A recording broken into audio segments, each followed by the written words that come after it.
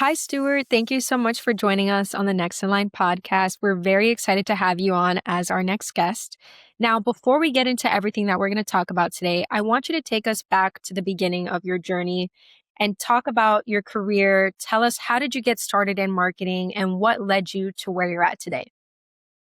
Hi, Karina. Thanks for having me. I'm really looking forward to our discussion today and sharing some of my insights on my journey.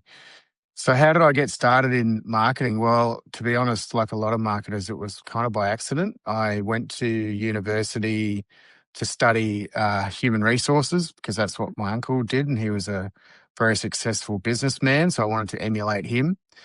And in my first year, you had to do a double minor. So, I chose marketing because that sounded interesting, and I ended up enjoying that much more than HR, and so and flipped over to study that.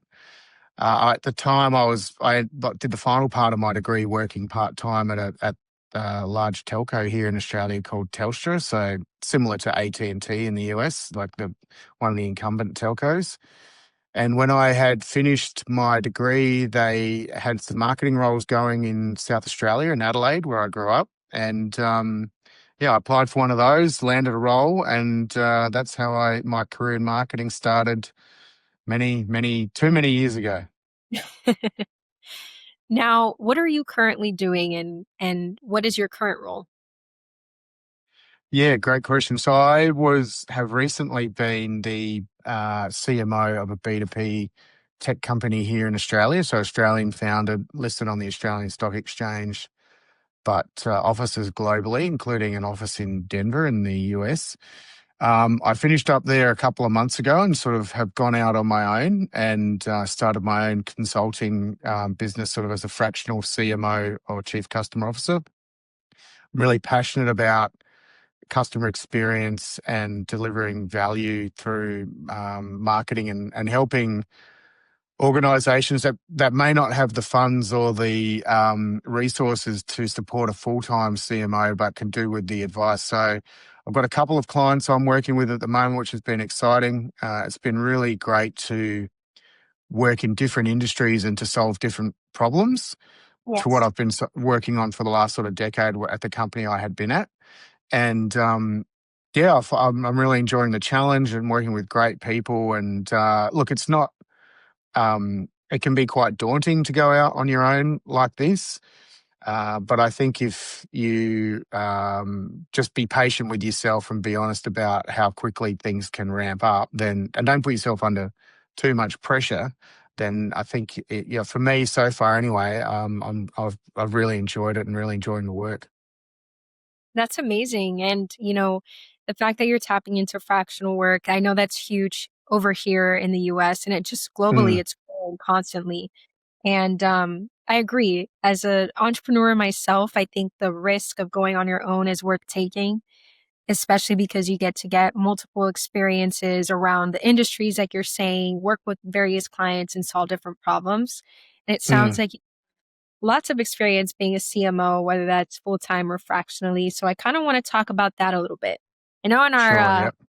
prep session, you compared being a CMO, which was very niche and unique, and I just had to bring it up on the podcast, to Mike Tyson's quote of everyone has a plan until they get punched in the face. Now, what did that first punch feel like for you stepping into that hot seat? And what were the biggest lessons from those early months as a CMO? Yeah, thanks for bringing that up. I mean, it's a crude analogy, but that's kind of how it felt at the beginning. I had been in the marketing team for some time and had sort of progressed within that team, and at the point before becoming CMO was sort of head of the corporate marketing team. So I had direct reports, and I was looking after the head office marketing function, and so that meant sort of everyone in the marketing team reported to me outside of the field marketers, and Yeah. there was an opportunity for me to step into the CMO role, and I went for that, and I'm very thankful to the CEO at the time for giving me the opportunity to take that step up. I thought I was really well prepared, and I'd since spoken to the CMO who was in that role, and he was like, "I thought I'd prepared you really well," and um, but it's like the first exec meeting that you walk into when you see sort of the numbers that you don't normally see, and you're taking a Yeah. holistic view of the business as opposed to sort of how marketing's performing and how it's helping sales, and which can, for a lot of marketers can be quite myopic. But when you take that holistic view of the whole business and you can see sort of where the shortcomings are and where some of the challenges may be, it really can be quite a wake up call. And so for me, it was, in the first 3 months that I was in the hot seat, there was, quite a bit of turnover in the executive team. There was a bit of a refresh happening. The business was about to embark on a turnaround mission, which ultimately, over the course of 2 years, we proved to be very successful. But those first few months certainly were a baptism of fire, and my head was spinning. Now I came in the last quarter of a financial year, so that Yeah. final quarter was really all around. Are we going to hit the numbers? What does the year look like? And so it was really, like I said, an eye opener for me to sort of walk into that and get that punch in the face. But I think that.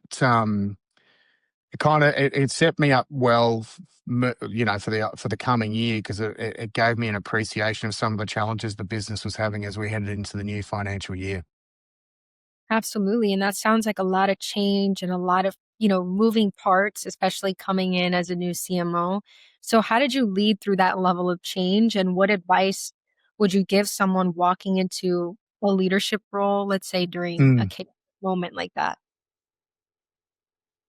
Yeah, so I mean, like, that saying, hindsight's 2020 vision, and when you're in the moment, it's hard to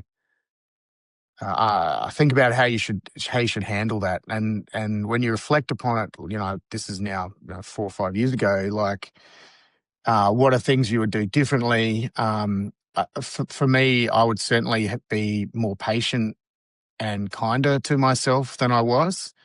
You you may be a brilliant performer within leading a marketing function within an organization, and stepping into that CMO role. And I think taking a CMO role is quite different for when you get promoted into one within an organization you've been in for some time versus when you take a CMO role that you get promoted to from an external organization. When Yeah. you when you get promoted into a CMO role, what some of the challenges can be that you're kind of dealing with the person that you had been as an individual contributor, and now you're part of the exec, and you need to act and behave differently to potentially how you had previously. And so for me, I found, I like to have a laugh and I like to have a joke around. And I had hosted our kickoffs, and, I like to poke a bit of fun at people. And suddenly I had to try and change not completely the person I was, but kind of detach some of that larrikin behavior and be more of a leader within the organization. Yeah. And so what I would say to people when they're coming into a situation like that is, and I wish I had done this myself, is spend some time to get your head around what's needed, spend some time with your CEO clearly mapping out what's expected, what their priorities are, where you think you need to be focusing the team. Now, in the situation that even if you're in the organisation, you've been promoted, that's a good conversation to have. I didn't really have that conversation. I kind of thought, we'd keep doing what we keep doing, Yeah. or evolve it a little bit, and be patient with yourself, be kind to yourself, and also with your team, be transparent with them as much as you can be, because if an organization's struggling, they will know. If an organization's shooting the lights out, and you're stepping in, you don't have to do much, they will know. If you are getting stressed out by the situation you're in, they will pick up on that. And so there's two things. One is you can't take it out on your team if you're struggling in that situation. You need to make sure that you're leading with empathy and being a good leader, and but also be open with them. And there's a lot of talk around being vulnerable in the workplace, and I think if you are seeing some challenges as you step into that role, then I think your team will respect you more if you're honest about some of the challenges you're facing, and potentially they can help you as well, right? So when you step into that CMO role, you're not expected to, and this took me a little bit of time to understand as well. You're not expected to have all the answers. What you're expected to do is orchestrate a team to deliver a brilliant outcome for the business, and don't put yourself under the pump thinking that you have to have all the answers. Share the load and bring your team in to help improve the performance of marketing and the organization. Absolutely. And I couldn't agree more with the transparency piece too, because I feel like that's a lot of that's an area where it's like very overlooked and being vulnerable and during a time like that. And, because your team feels it. Like they Mm, will feel like you said. And feel like if you're honest with them and you're able to lean on them, it kind of shows like that you're able to kind of come together to kind of, attack the problem or come up with a solution during a yeah, time like for sure. yeah, yeah, that's true. I agree 100%. Now, I know that you've also talked about through our conversations that becoming a CMO means spending less time doing the marketing and more navigating boardrooms and high level business decisions. Mm. Now, what surprised you the most about that transition, and how can marketers prepare for it before they move into executive leadership? Yeah, so this was something I had heard, and again, another thing I probably didn't appreciate enough until I got into the role.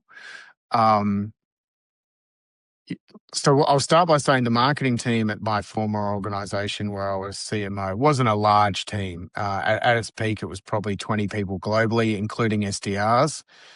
And so even as CMO, you were still quite hands-on with some of the work that was going on. But it meant that in a team of that size, even as when I was head of corporate marketing, you wear a lot of hats, right? And when you step into the C-suite, you're suddenly, of course, you have to you're responsible for the marketing business org and the performance and how that's helping drive the business performance. But you're also now responsible for the running of the business. And the company I was at was listed on the Australian Stock Exchange. So there was um, reporting to investors, reporting to the stock exchange. The rules are a little bit different in Australia to the US. You don't have to do quarterly reporting. Uh, but we had to do half year reporting and then end of year reporting. So you're dealing with investors, and you're also looking at other items that probably weren't on your radar previously, unless you were super interested in these things. But like, how much rent are we paying? When's the lease due? The insurances. And when you're in the marketing team and you're doing the doing, those things aren't really on the radar. It's more around like, how's marketing performing, how's sales performing, are we driving pipeline? As Yeah. you step into that C-suite role, you're then taking that, as I touched on earlier, that holistic view of the business around all different sorts of things that you probably hadn't really thought about previously. And so, how do you prepare yourself for that? I think watching podcasts like this is a good way to do it, where people who have gone before you share some of the the learnings they have from being in that situation. Um, Talking to other members of the C-suite about, have a coffee with them. What are some of the things that I don't like the term keeping them up at night, but some of the things that are on their mind, like what are they concerned about? Where are they really focused? Um, the other thing I would say is that it's really important to try and understand the finance components of the business. There's a lot of, I mean, marketers will understand, here's my marketing budget, this is how I spend it, this is what I want to look at from a return perspective. But when you step into that C-suite, there's a whole lot of other financial reporting that you need to understand. So know your way around a balance sheet, a P&L for the business, return on capital invested, Yeah. net present value, all these type of calculations that go into running a business. And I'd say you don't need to be a financial expert because, there's a CFO on the C-suite, but you need to be able to have a conversation about how the business invests its money, and to be able to hold your own. Because ultimately, at the end of the day, the business is making investment decisions all the time, whether it's human resources, capital allocation on, potentially plant equipment, whatever that may be. And marketing's one of those functions where they allocate capital.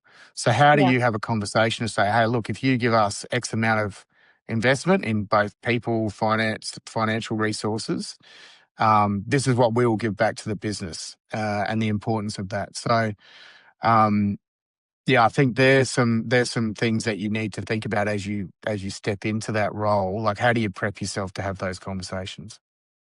Absolutely. And I want to double down on that finance piece because I relate to that heavily. Like I remember in my graduate programs and undergrad studying business, I was always like, oh my gosh, why do I have to study finance? I hate this. Mm, No, this is not for me. But then as I got into my MBA program, I was like, wait, this is making a lot of sense now. Like, yeah. I need to understand this in order to have those conversations, even as that's not necessarily as a CMO, but as a business owner myself, like Mm, understand the numbers behind what you're doing and how the businesses make their money and how they're allocating the finances is super important. And I look back at just that little moment of mine and when you're bringing this up, and I was like, wow, I mm. was like complaining about it. Now I understand it, putting it into Yeah, perspective.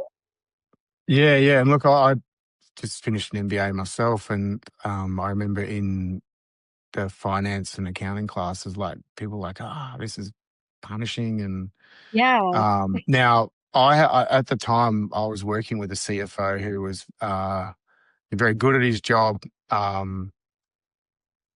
very challenging in terms of making sure that capital was allocated in the correct fashion. And whilst I found it difficult at the time, that relationship evolved over time, because I learned a lot from him in terms of how to position what we were investing the money in, and the importance of understanding how the business allocates its capital to help grow the business. Now, when you're not at that C-suite level, and you're potentially reporting to the CMO or reporting to someone who reports to the CMO, what you're largely focused in is, oh, what's my budget and what am I going to do with it?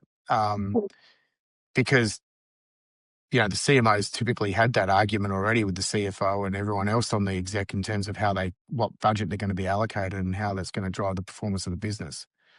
So yeah, I agree with you, Karina. It's super important to be able to, when you're sitting around that table and you're discussing budgets, to be able to have that, to go in there with a position and to be able to defend that position, and also have a fallback to say, well, if we don't invest X, then what we will deliver will be Y. And, that's not going to marry up to what the business performance needs. So yeah, actually, you just reminded me of a story. When I first came into the role, the budget that I inherited in the last quarter of my first financial year when I started versus what I was given in the next financial year got cut significantly. Oh, wow. And so I pulled together, I was quite shocked by that. And I had been told by people within the finance team, oh, no, your budget's not going to change so much. And anyway, so when it did, it was quite a shock. And so the first lesson is be prepared for anything.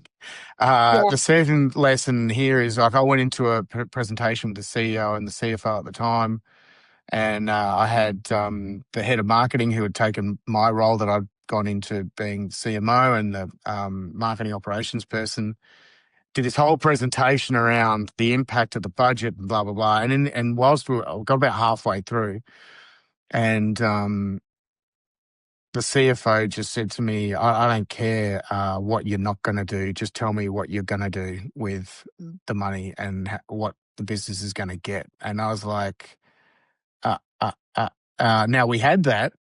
So basically I went to the back slide and said, okay, well, with the amount of money you've given us, this is what we can give you as a return. And they're like, okay, fine, done. And moved on. And, we'd spent days on this presentation, defending our position. Yeah. And ultimately, I mean, look, you've also got to understand the people you're working with. Now, maybe a different CFO or CEO may have wanted to see the whole show. But it was, it was like, they got up and walked out, and myself and the two others from my team were sitting there. We're kind of like, well, we could have just come in here with one slide.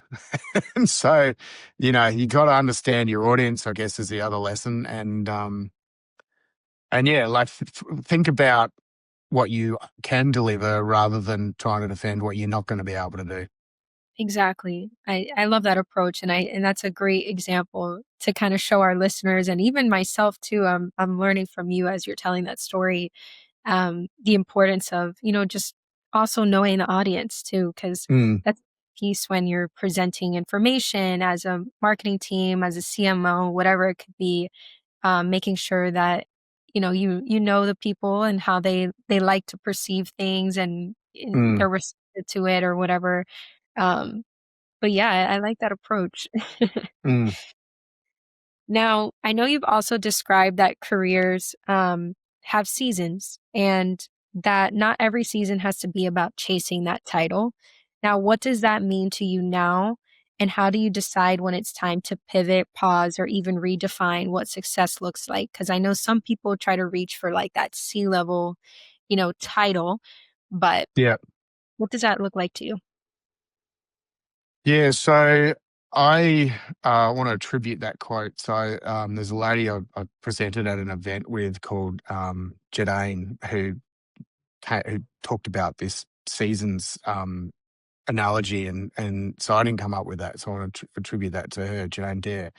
And anyway, she gave this presentation around um, how her career had certain seasons, and it really resonated with me. It's not something I'd heard before, and I guess that the crux of that is, depending on where you are in your life, your career will play a certain role. So when you're younger and starting out your career, it's depending on the type of person you are. But if I think about my own story, it was important and I was ambitious, but it also wasn't.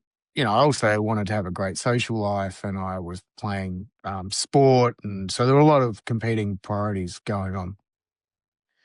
Then, sort of the next season was, I got promoted and really had a proper marketing gig, and so I focused a lot more on my career. Now, the next phase in many people's lives will be they buy a house and they have children, and so um, depending on whether you're a stay-at-home mother or a stay-at-home father for maternity leave or paternity leave when that happens, um, your career might take a back seat during that period.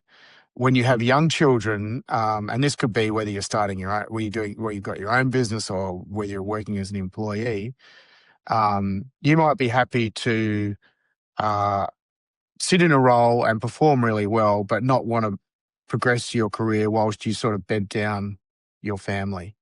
Um, or in our case, we had a puppy.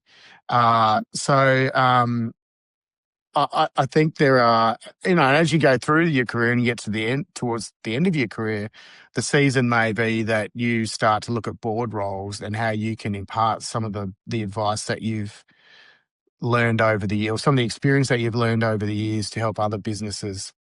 You may do things like appear on this podcast to help people understand the journey you've been on, which is, by the way, any journey, like any journey, is not linear. And so I love the way that Jane at the time phrased that the different seasons and the different focus that your career plays within your life. The season I'm in at the moment is spring. So I'm trying to make hay while the sun's shining. I think after being at that in a global tech leadership role for a long time, I'm really feeling reinvigorated around working on different problems with really good people and um, imparting some of the wisdom I've learned through many years in working in marketing to Cool. those SMEs. And when I talk about the clients I'm targeting, it's sort of organisations with $10 to $50 million worth of revenue that know marketing and know and understand marketing is important, but probably don't quite know how to implement it, and just need a bit of a plan and a structure and some help around how they get their marketing plan up and running. So that's where I'm at the moment. Um, you talked a little bit earlier on one of the points around people going fractional or starting your own business, and I was reading something recently, and I can't remember, it was in a book, but they were talking about like, what's the worst that could happen if you tried to do the thing that you want to do? Yeah. What's the worst thing that could happen? And the worst thing is that it doesn't work. Now, I'm not giving financial advice here, but like, don't blow your entire life savings on what may be an idea that you have, but invest your time and your financial resources wisely, because the worst thing that can happen is it doesn't work. The best thing that could happen is it performs unbelievably and you have incredible success. But if you don't give it a shot, you'll never know. And you don't want to look back down the track and go, oh, you know what? I had that opportunity and I should have done it at the time and I didn't do it. And uh, I wish I'd been a little bit braver at that point in time. So um, and so yeah, so that's the season I'm in at the moment, is the sun's shining here in Australia. We head into summer, the last days of spring. So I'm trying to make hay while the sun's shining, and to get this, my own fractional consulting up and off the ground.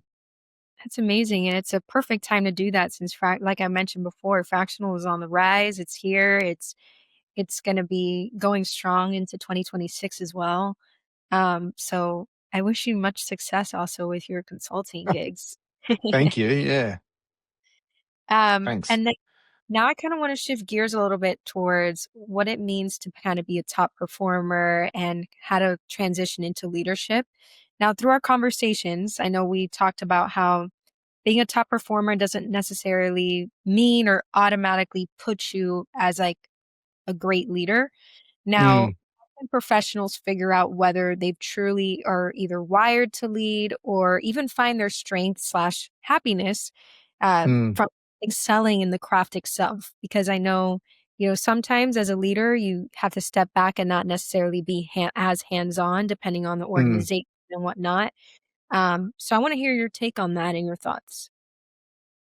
Yeah, this is a topic I'm really interested in around leadership, and is that classic question: Are leaders born or are they made? And you can undoubtedly learn how to be a great leader if that's what you want to do.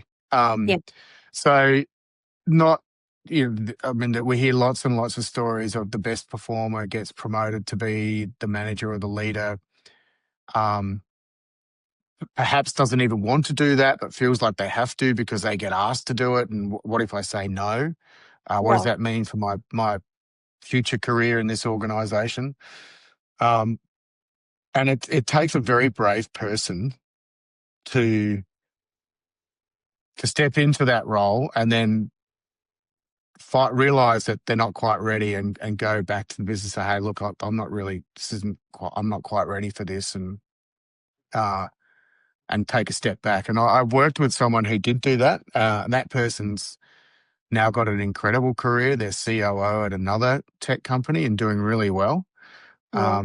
And this happened before I had arrived at the company that we both worked at, but I really admired when I heard this story of what he had done, and we're now quite good friends. I really admired the strength of character it took for him to do that. And I guess the lesson out of this is it hasn't hampered his career. If I think about my own journey, I was put into I always wanted to be a leader.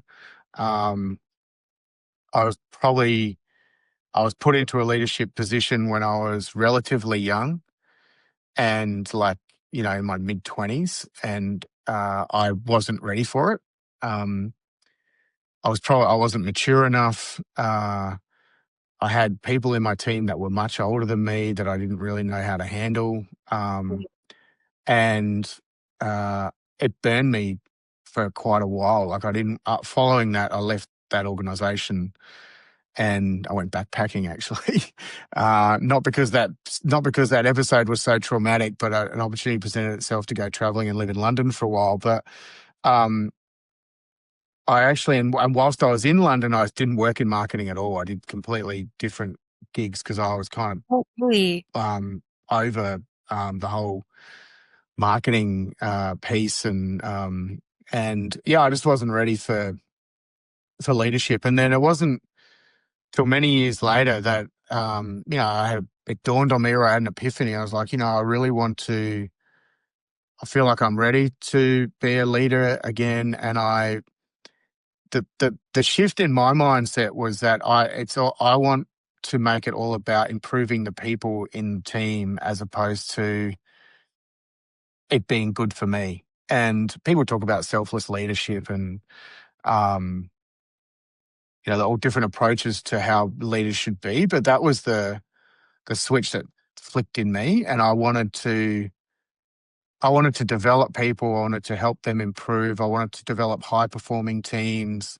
I got really interested in team dynamics. So I read a lot of books and listened to a lot of podcasts around leadership and how high performing teams work. I'll give a plug for the book Radical Candor if anyone is interested in.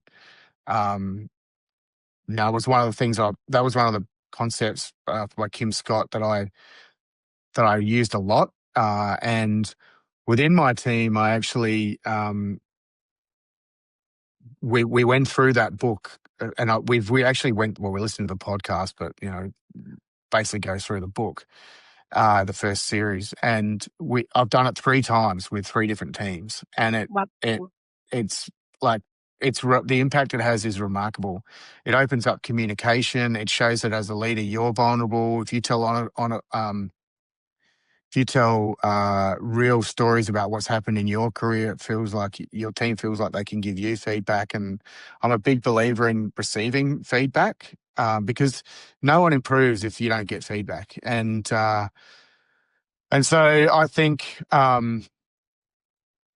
if you have designs on being a leader, uh, there are there are ways that you can prepare yourself to be ready. And we touched about being vulnerable and being honest. I think they are really important. When I was younger and became a leader, I harped on. I felt like you couldn't be that because you might look like you were weak, particularly if you have people in your team that are much older than you.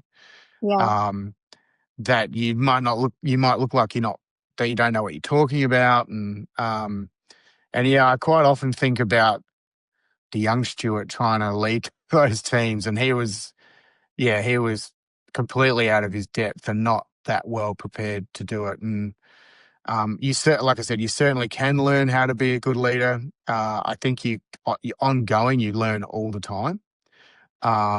So you don't become a leader and stop. You want to continue. You want to continue and improve yourself.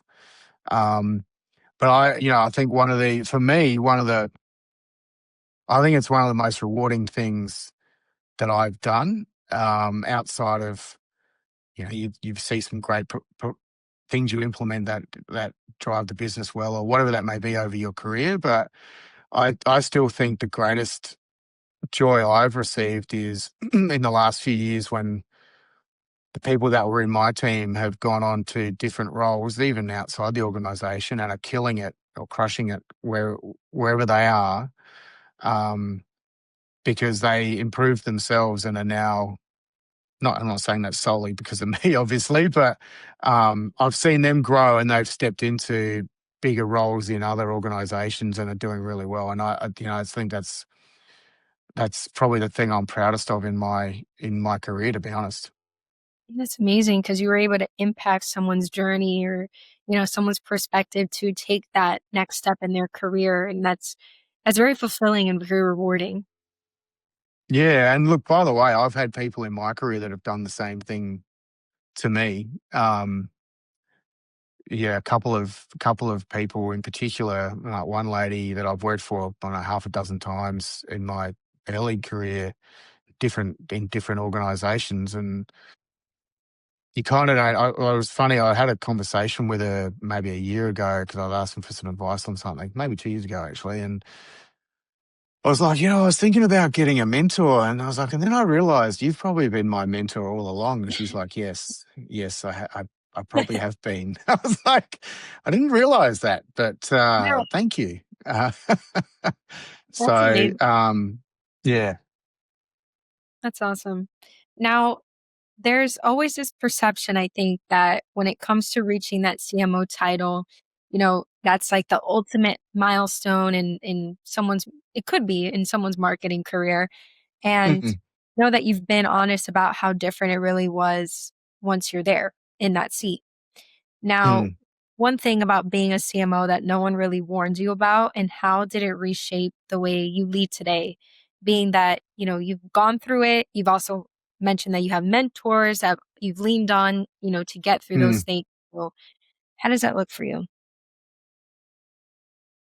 Yeah. So, look, it was something. So I didn't start out my career thinking I wanted to be a CMO. In fact, I don't even know if this position CMO existed when I started out. But um, I touched on earlier, no journey is linear, and at a point in my mid-20s, I dipped out of marketing altogether and did something completely different.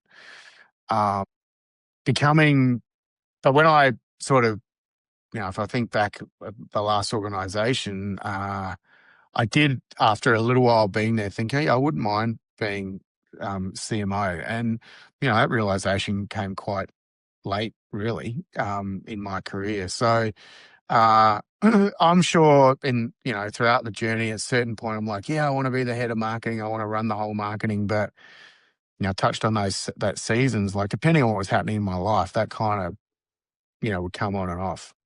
Yeah. Um, I guess becoming CMO, it is fantastic. And like, I remember the day that I got the job, I actually had tickets to go and see a band in Sydney. And I can just remember being at this gig and, every 5 or so minutes thinking, wow, I'm actually CMO. I can't believe this. Like, and be like, stop, pay attention to the band. Uh, Someone will you. yeah, yeah, yeah. And it was I don't know, it was like not winning the lotto, but like it was a big deal for me to get Yeah. that role. And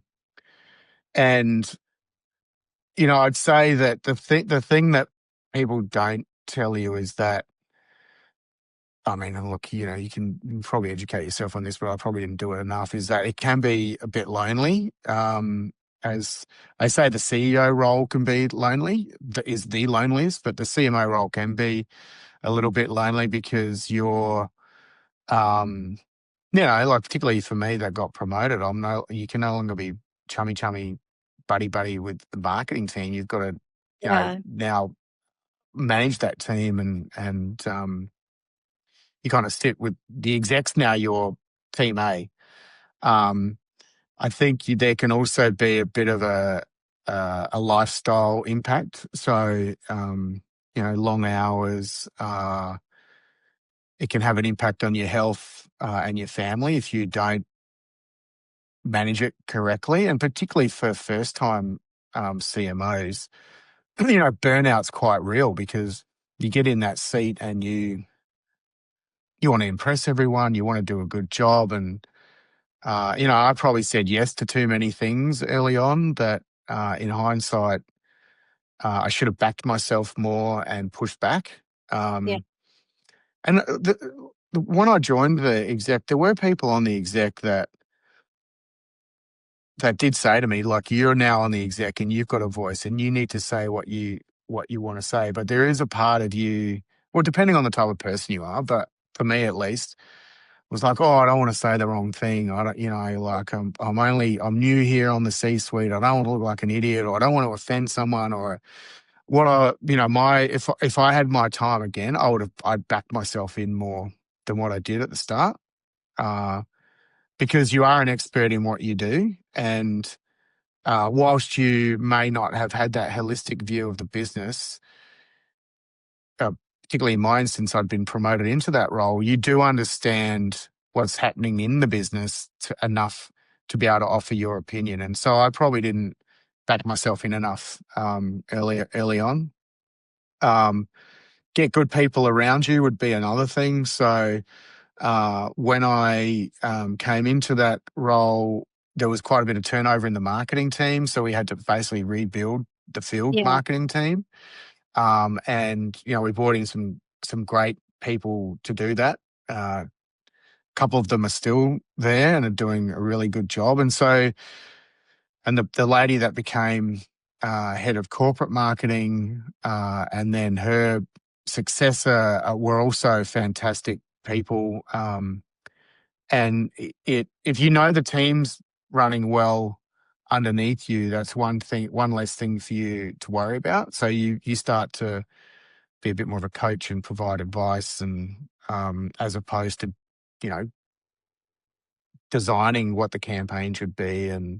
Yeah. And that was one thing that I mean, I love marketing, right? I love it, and I love the creative side of it. And that's one thing that, you know, you'll find when you become CMO is that you don't really do a lot of the hands-on campaign design or creative design, or you'll be ticking things off here and there. Um, but if that's something that you really love and that fires you up, then maybe you don't want to be CMO. And I would say 100%, there's nothing wrong with that. Like, the ego in us says, oh, I want to be CMO, I want the biggest job I can get. Yeah. But I think it takes strength of character to say, well, actually, that's not what I want to do, and that's not really what's super important for me. Maybe in the season that you're in, your family's more important, and you're happy to be an individual contributor. So, um, yeah, so there are the things that no one kind of tells you that you should think about. And the final thing I'd say is, like, just what are you willing to trade off to do that role? Is it, I'm not going to be able to go to the gym every day because I now have to work more. Yeah. I potentially can't do school drop-offs because I have an early call on 3 days a week. Whatever that may be, like, what are you prepared to trade off? And also, how are you going to manage expectations? So if doing those school drop-offs very important to you, I would have that conversation with your CEO early on and say, hey, look, I've got to do maybe do it every second week. You know what I mean? So um, it is now. It's not all doom and gloom, by the way. I'm trying to give people a like a bare bones understanding of what it was like for me to step in. Yeah. Not everyone's going to have the same experience, but having said everything I've said, I loved it. It was a wonderful opportunity for me. I learned so much. I was challenged a lot. It was really uncomfortable at times, and they say, that's when growth occurs, is when you're feeling uncomfortable, and I 100% agree with that. It was an absolute honor to be the CMO of an iconic brand like IR that I was working at. And would I do it all again? Yes.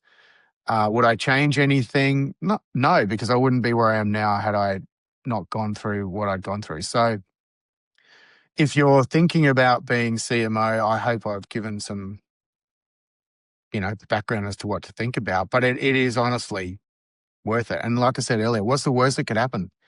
You don't Yeah. enjoy it, Then you and don't, you either move on or you say, hey, look, this isn't for me, and go back. yeah. And you go back to like the delivery side and the creative side or whatever the strong suit may be. Like Yeah. there's, there's, the world isn't going to fall apart if you don't take that, role that you're maybe not comfortable with. No, and And I think that's a really good point. Like, talk about what's the worst that could happen is if you get into the role and you find it's not for you, at least you've had a crack at it. Whereas if exact, you turn it down, you'll never know. Now you may get in there and think, hey, I love this. yeah, But had you never taken the chance, you'd never know. And so I think if anyone's thinking about being a CMO or being offered the chance to be a CMO or new in a CMO role, like I touched on at the very beginning, be patient with yourself, be calm with yourself, take time to learn and understand, educate yourself as much as you can, reach out to people who have been in your shoes previously, watch podcasts like this. And I think what you're doing here is a fantastic service to people who want to step into whatever C-suite role it may be. And take the chance. If you don't give it a go, you'll never know. absolutely. And what a wonderful way to end it off. I want to thank you so much for joining us on this podcast today. I have been taking notes, mental notes, and I've learned so much from our conversation. And I know our listeners will too. Thanks, Karina. I've really appreciated it. People do have found anything I've said interesting today and do want to reach out to me directly. Look me up on LinkedIn. Send me a connection request. I'll be more than happy to connect with people and have a chat. Stuart Matthewman on LinkedIn. And good luck with the future guests on the podcast. Thank you so much. And I highly recommend you guys following him because he also posts some really good content too. Oh, thank you.